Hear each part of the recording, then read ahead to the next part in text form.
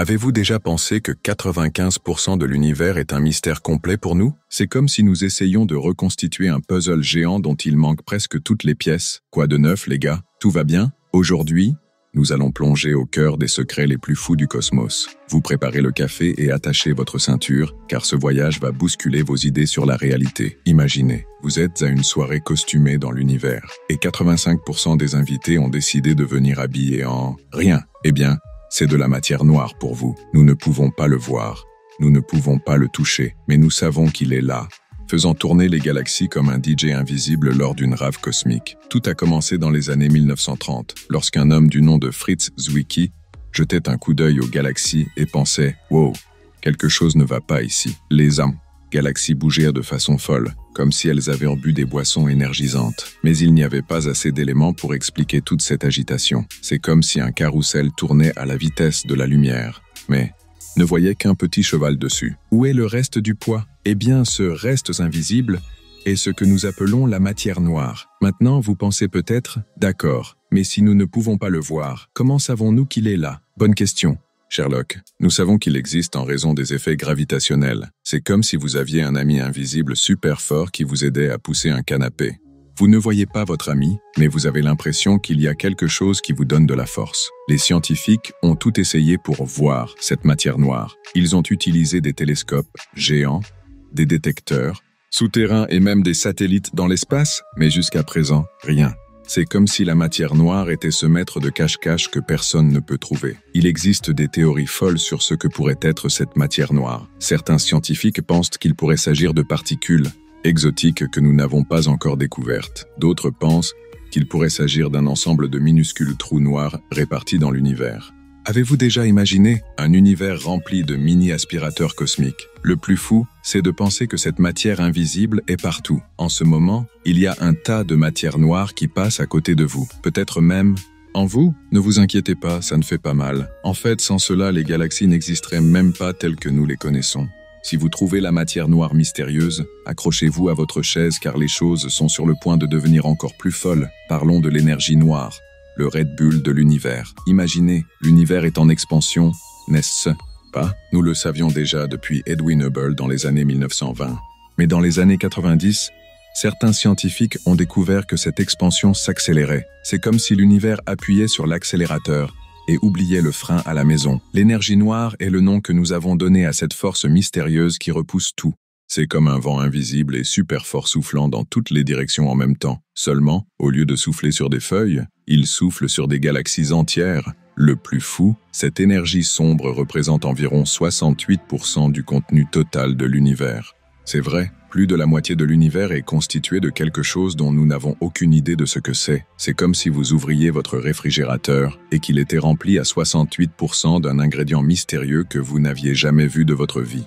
Les scientifiques ont quelques théories sur ce que pourrait être cette énergie sombre. Certains pensent que c'est une propriété de l'espace lui-même, comme un élastique cosmique, que plus il s'étire, plus il exerce de force. D'autres pensent qu'il pourrait s'agir d'un nouveau type de particules que nous n'avons pas encore découvert. Il y a même ceux qui disent que l'énergie noire pourrait être le signe que notre compréhension de la gravité est complètement fausse. Imaginez des siècles de physique jetés par la fenêtre parce que l'univers a décidé de nous jouer un tour.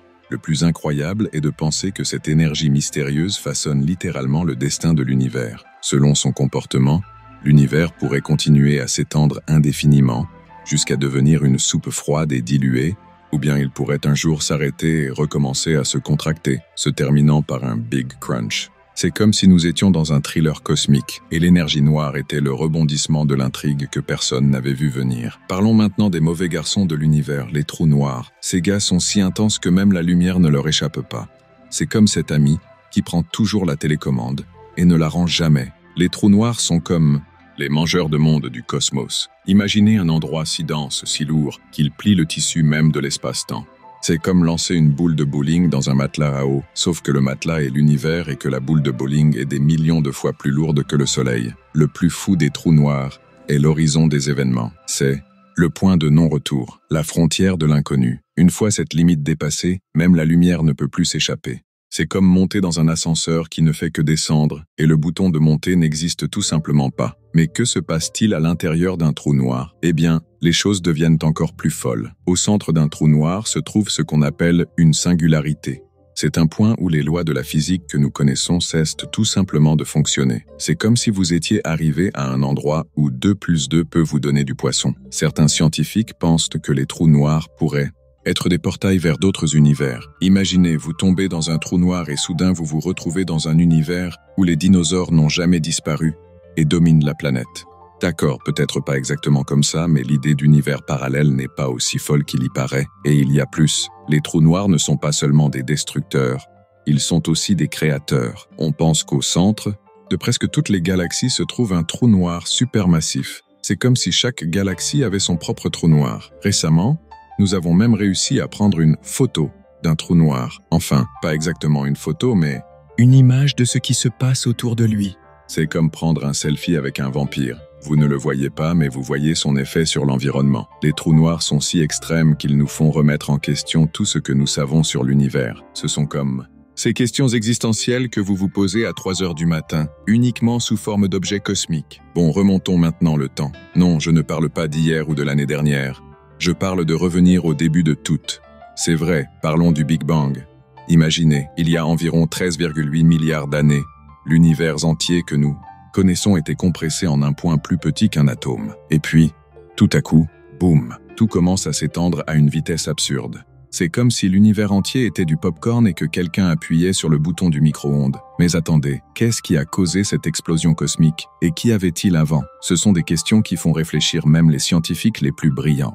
C'est comme essayer de se souvenir de ce qui s'est passé avant votre naissance. Vous n'y parvenez tout simplement pas. L'une des théories les plus folles est celle de l'inflation cosmique. Selon cette idée, peu de temps après le Big Bang, l'univers s'est étendu à une vitesse supérieure à la vitesse de la lumière pendant une fraction de seconde. C'est comme si l'univers des bébés faisait un sprint digne d'Usain Bolt juste après sa naissance. Et il y a plus.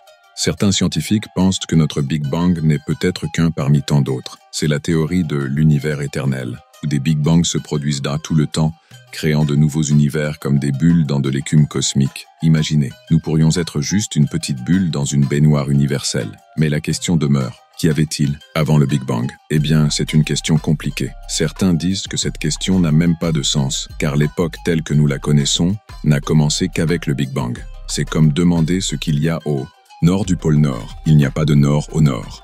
Le plus incroyable est de penser que chaque atome de votre corps a été forgé lors de cette explosion initiale et dans les étoiles qui ont suivi. Vous êtes littéralement de la poussière d'étoiles. La prochaine fois que quelqu'un vous appellera, la tête dans les nuages, vous pourrez lui dire que vous avez en réalité la tête dans les étoiles. Parlons maintenant d'un mystère qui ressemble à une version cosmique de Roméo et Juliette, sauf qu'au lieu de 2 familles rivales, nous avons la matière et l'antimatière, et au lieu de tomber amoureux, ils s'annihilent complètement lorsqu'ils se rencontrent. Romantique, non? La matière et l'antimatière sont comme des jumelles opposées dans l'univers. À chaque particule de matière correspond une particule d'antimatière. C'est comme l'univers des miroirs, seulement microscopique. Le problème est le suivant. Lorsque la matière et l'antimatière se rencontrent, elles s'annihilent dans une explosion d'énergie pure. C'est comme mélanger des manteaux avec du coca, mais 1 billion de fois plus intense. Voici maintenant le mystère. Si la matière et l'antimatière ont été créées en quantités égales lors du Big Bang, comment reste-t-il quelque chose? Théoriquement, tout aurait dû s'anéantir et l'univers ne serait qu'une mer de rayonnement. Mais regardez ça, nous sommes là. Les scientifiques appellent cela l'asymétrie baryonique, ce qui est une manière sophistiquée de dire où est l'antimatière. C'est comme si vous aviez fait un gâteau parfaitement équilibré, mais quand vous ouvrez le four, il n'y en a que la moitié. Plusieurs théories tentent d'expliquer cette disparition de l'antimatière. Certains suggèrent qu'il pourrait exister des régions entières de l'univers constituées d'antimatière, séparées de nous par de vastes espaces vides. Imaginez des galaxies entières d'anti-étoiles et d'anti-planètes. D'autres scientifiques pensent qu'il pourrait y avoir une infime différence dans les propriétés de la matière et de l'antimatière qui aurait finalement fait gagner la matière. C'est comme s'il s'agissait d'une course cosmique et que la matière avait gagné d'un cheveu. Le plus fou, c'est qu'on peut désormais créer et manipuler de l'antimatière en laboratoire. Bien sûr, il s'agit de petites quantités, comme quelques atomes à la fois. Mais bon, c'est un début. Qui sait? Peut-être qu'un jour, Nous ne construirons plus de vaisseaux spatiaux propulsés à l'antimatière. Pendant ce temps, le mystère continue. Pourquoi existons-nous? Pourquoi y a-t-il quelque chose au lieu de rien? Ce sont des questions qui nous font nous sentir petits et en même temps faire partie de quelque chose d'immense et d'incroyable. C'est comme être un grain de sable sur une plage infinie, mais un grain de sable qui peut penser à la plage. Avez-vous déjà pensé à entendre le son de l'univers se contorsionner? Eh bien, avec les ondes gravitationnelles, nous pouvons le faire. C'est comme si l'univers entier était un gigantesque haut-parleur et que nous avions enfin inventé la stéréo pour l'écouter. Les ondes gravitationnelles sont comme des ondulations dans la structure de l'espace-temps. Imaginez que vous jetiez une pierre dans un lac. Les ondulations qui se forment sont similaires aux ondes gravitationnelles, sauf que le lac est l'univers lui-même. Einstein avait prédit l'existence de ces ondes dès 1916, mais il nous a fallu 100 ans pour pouvoir les détecter. C'est comme si Einstein avait laissé une lettre énigmatique et que nous n'avions réussi à la déchiffrer qu'un siècle plus tard. En 2015, LIGO, qui ressemble à une super-oreille cosmique, a finalement capturé pour la première fois les ondes gravitationnelles. Savez-vous ce qui a causé ces vagues? 2 trous noirs entrant en collision à des milliards d'années-lumière. C'est comme entendre l'écho d'un accident de la route cosmique survenu avant même l'existence des dinosaures. Le plus incroyable est que les ondes gravitationnelles nous permettent de voir des choses que nous ne pourrions jamais voir avec la lumière. C'est comme avoir un super pouvoir qui vous permet de voir à travers les murs. Sauf que les murs sont des galaxies entières.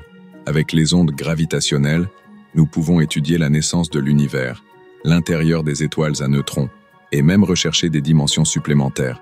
C'est comme si nous avions acquis un nouveau sens à l'exploration du cosmos. Certains scientifiques pensent même qu'un jour, nous pourrions utiliser les ondes gravitationnelles pour communiquer sur de grandes distances dans l'espace. Imaginez-vous envoyer un message surfeur sur une vague dans le tissu de l'espace-temps?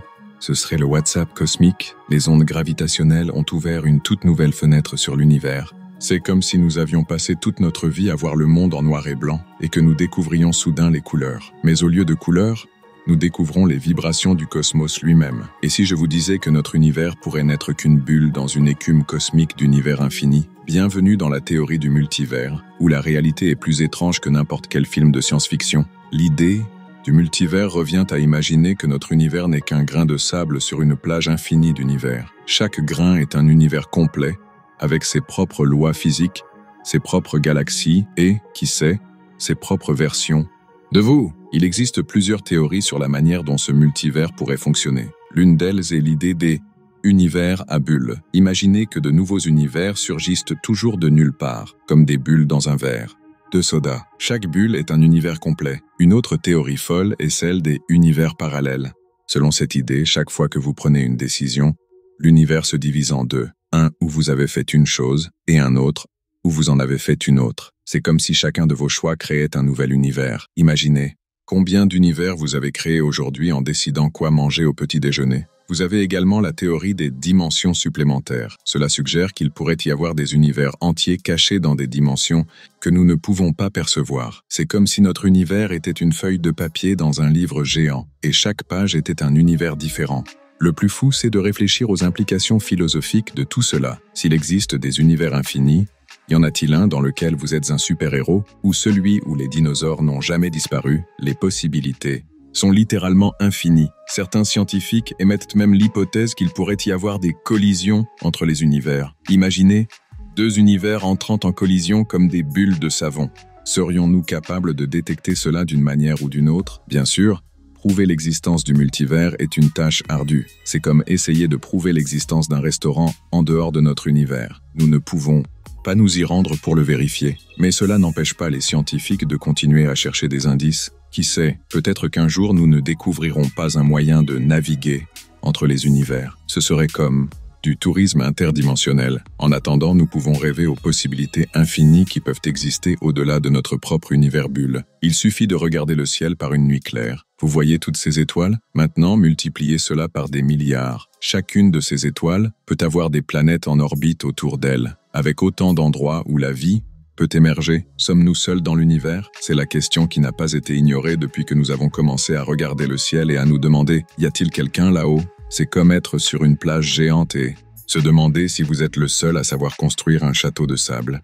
La recherche de la vie extraterrestre, c'est comme chercher une aiguille dans une botte de foin cosmique. Mais la botte de foin à la taille de l'univers, et on ne sait même pas quel type d'aiguille on cherche. L'un des outils utilisés par les scientifiques dans cette recherche est l'équation de Drake. C'est une formule qui tente de calculer combien de civilisations intelligentes il peut y avoir dans notre galaxie. C'est comme un jeu de devinettes cosmique, mais avec des mathématiques. Ces dernières années, nous avons découvert des milliers d'exoplanètes, des planètes en orbite autour d'autres étoiles.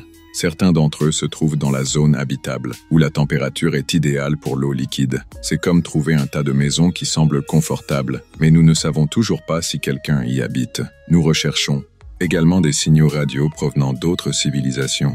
Il s'agit du fameux projet SETI, Search for Extraterrestrial Intelligence. C'est comme attendre un appel d'un numéro inconnu, sauf que le téléphone est grand comme la planète. Mais, et si la vie extraterrestre était complètement différente de ce que nous imaginons? Il peut y avoir une vie basée sur le silicium au lieu du carbone, ou des êtres qui respirent du méthane au lieu de l'oxygène. C'est comme chercher un poisson dans le désert. Nous cherchons peut-être au mauvais endroit. Il y a des gens qui pensent que nous avons déjà reçu la visite d'extraterrestres. Ce sont les théories sur les ovnis et tout. C'est comme si la Terre était une attraction touristique cosmique et qu'on ne le savait même pas. Le plus incroyable, c'est de penser que si on retrouve la vie là-bas, cela va tout changer. Notre vision de l'univers, de la vie, de nous-mêmes. Tout serait différent. Ce serait comme découvrir qu'il existe un continent entier dont personne ne connaissait l'existence. Pendant ce temps, les recherches continuent. Qui sait, peut-être qu'un jour nous ne recevrons plus de messages. WhatsApp intergalactique. En attendant, nous continuons de regarder le ciel et de nous demander, y a-t-il quelqu'un qui regarde en arrière? Et si je vous disais que votre conscience pourrait être une partie fondamentale de l'univers? Non, ce n'est pas un discours de coach quantique. C'est une question dont certains des plus grands scientifiques et philosophes débattent depuis des siècles. La conscience est comme cette chanson de chewing-gum que vous ne pouvez pas sortir de votre tête. Tout le monde sait ce que c'est, mais personne ne peut vraiment l'expliquer. C'est ce sentiment d'être soi, d'être vivant, de découvrir le monde. Mais d'où cela vient-il? Certains scientifiques pensent que la conscience n'est qu'un sous-produit de notre cerveau, comme la fumée d'un moteur. D'autres pensent qu'il pourrait s'agir de quelque chose de plus fondamental, peut-être même d'une propriété fondamentale de l'univers, comme la gravité ou l'électromagnétisme. Il existe même des théories folles qui disent que la conscience peut être liée à la mécanique quantique. C'est la fameuse conscience quantique. Selon cette idée, notre esprit peut interagir avec le monde quantique d'une manière que nous ne comprenons pas encore. C'est comme si vos pensées pouvaient influencer la réalité à un niveau subatomique. Une autre idée folle est le panpsychisme. Cette théorie suggère que tout dans l'univers possède un peu de conscience. Des électrons aux galaxies, tout aurait une expérience interne. C'est comme si l'univers entier était en quelque sorte vivant. Et il y a plus. Certains philosophes soutiennent que la conscience est nécessaire à l'existence de l'univers. C'est le fameux principe anthropique. L'idée est que l'univers n'existe tel qu'il existe que parce qu'il existe des êtres conscients pour l'observer. C'est comme cette vieille question. Si un arbre tombe dans la forêt et que personne n'est là pour l'entendre, est-ce qu'il fait du bruit? Le plus fou, c'est de réfléchir aux implications de tout cela. Si la conscience était effectivement une partie fondamentale de l'univers, cela changerait tout. Notre compréhension de la réalité, du libre arbitre, voire de la mort, tout serait différent. Imaginez, et si votre conscience n'était pas simplement un produit de votre cerveau, mais une fenêtre sur quelque chose de bien plus grand? C'est comme si chacun de nous était un observateur cosmique, aidant l'univers à devenir réel. Bien sûr, prouver quoi que ce soit sur la conscience est extrêmement difficile. C'est comme essayer de se mordre les dents. Vous utilisez la chose que vous essayez d'étudier pour s'étudier elle-même.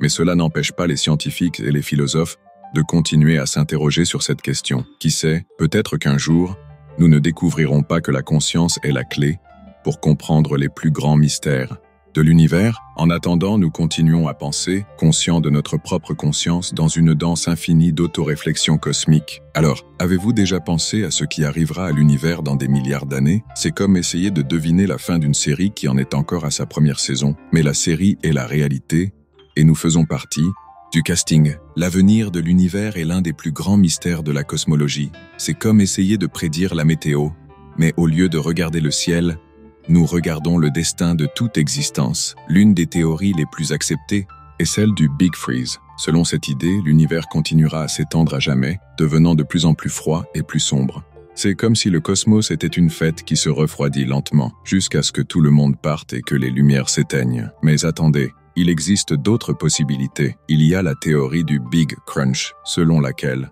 L'expansion de l'univers s'arrête un jour et tout recommence à se contracter. C'est comme si l'univers était un élastique géant qui s'étire puis revient. Qui sait, peut-être que cela mènera à un nouveau Big Bang. Une autre idée, folle est le Big Rip. Dans ce scénario, l'expansion de l'univers devient si rapide qu'elle finit par tout détruire, même les atomes. C'est comme si le tissu de l'espace-temps était un vieux t-shirt comptant jusqu'à ce qu'il se déchire. Et il y a plus, certains scientifiques parlent du Big Bounce ou Big Bounce. C'est l'idée que l'univers oscille entre expansion et contraction, comme un ballon de basket qui rebondit éternellement. Chaque rebond serait un nouveau Big Bang. Ce qui est fou, c'est de réfléchir au rôle de l'énergie noire dans tout cela. Selon son comportement, le destin de l'univers pourrait complètement changer. C'est comme s'il y avait un joueur mystérieux sur le plateau qui pouvait renverser la situation à tout moment. Il y a des gens qui spéculent sur des civilisations super avancées qui pourraient pirater l'univers et changer son destin. Imaginez une civilisation si avancée qu'elle peut reprogrammer les lois de la physique. Ce serait comme avoir accès au code source de la réalité. Et si notre univers n'était qu'une simulation sur un ordinateur ultra avancé? Dans ce cas, l'avenir de l'univers dépendrait de la personne qui exécute la simulation. C'est comme si nous étions les personnages d'un jeu cosmique, les Sims. Le plus incroyable est de penser que, quel que soit le sort de l'univers, nous faisons partie de cette histoire cosmique. Chaque atome de notre corps participera à cette grande fin, ou nouveau départ. Pendant que les scientifiques continuent de débattre et d'observer, nous poursuivons notre voyage à bord de ce vaisseau spatial appelé Terre, surfant sur les vagues de l'espace-temps, vers l'inconnu. Qui sait quelle surprise l'univers nous réserve encore? Quoi de neuf, les gars? Après ce voyage cosmique à travers les plus grands mystères de l'univers, comment se porte votre tête? Il tourne probablement plus qu'un trou noir, n'est-ce pas? Nous avons vu que l'univers est comme cette boîte de chocolat de Forrest Gump. On ne sait jamais ce que l'on va trouver. De la matière noire invisible aux ondes gravitationnelles qui font danser l'espace-temps, le cosmos regorge de surprises. Le plus incroyable est de penser que chaque découverte que l'on fait ouvre la porte à des dizaines de nouvelles questions. C'est comme si l'univers était un puzzle infini, et chaque pièce que nous ajustons révèle une image encore plus grande et plus complexe. Mais tu sais ce qui est plus cool? C'est juste que nous, oui, vous et moi, faisons partie de tout ce mystère. Chaque atome de notre corps a été forgé dans les étoiles. Nous pensons littéralement à la poussière d'étoiles, essayant de comprendre l'univers dont nous faisons partie. Et regardez, même avec toute notre technologie avancée, nos télescopes géants et nos super-ordinateurs, il y a encore tellement de choses que nous ne savons pas. C'est à la fois humiliant et inspirant, n'est-ce pas? Cela montre qu'il y a toujours quelque chose de nouveau à apprendre, qu'il y a toujours un nouvel horizon à explorer. Qui sait ce que nous découvrirons dans les années à venir? Peut-être comprendrons-nous enfin ce qu'est la matière noire. Ou peut-être recevrons-nous un message WhatsApp intergalactique d'une civilisation extraterrestre.